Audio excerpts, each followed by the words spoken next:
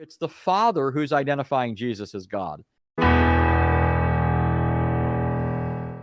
In Hebrews 1, it says, in the past, God spoke to our forefathers through the prophets at various times and in sundry ways. Here you have a mention of God, obviously the Father.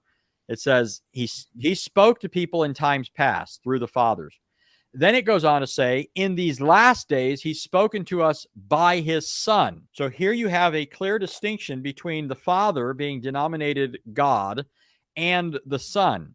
But how does the rest of Hebrews go on to identify the Son? Well, it clearly goes on to identify him as truly and properly God, every bit as much as the Father, who's explicitly called God, right? It says, in these last days, he's spoken to us by his Son, through whom he created the worlds, right? He is the radiance of God's glory, the effulgence of his nature, the identical expression of his nature, the text says. And then it goes on to say that the Father commands the angels to worship him. It says that the Father called him God. It quotes Psalm 45.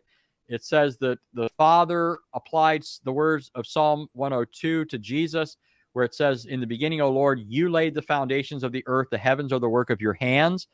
So Hebrews 1 is a great text because it distinguishes between the Father and the Son and simultaneously identifies the Son as God. And moreover, it's the Father who's identifying Jesus as God. This one's actually very powerful, I think, when dealing with Muslims, because Muslims will say, Jesus never said, I am God, or show me where Jesus said, I am God, and I'll believe it.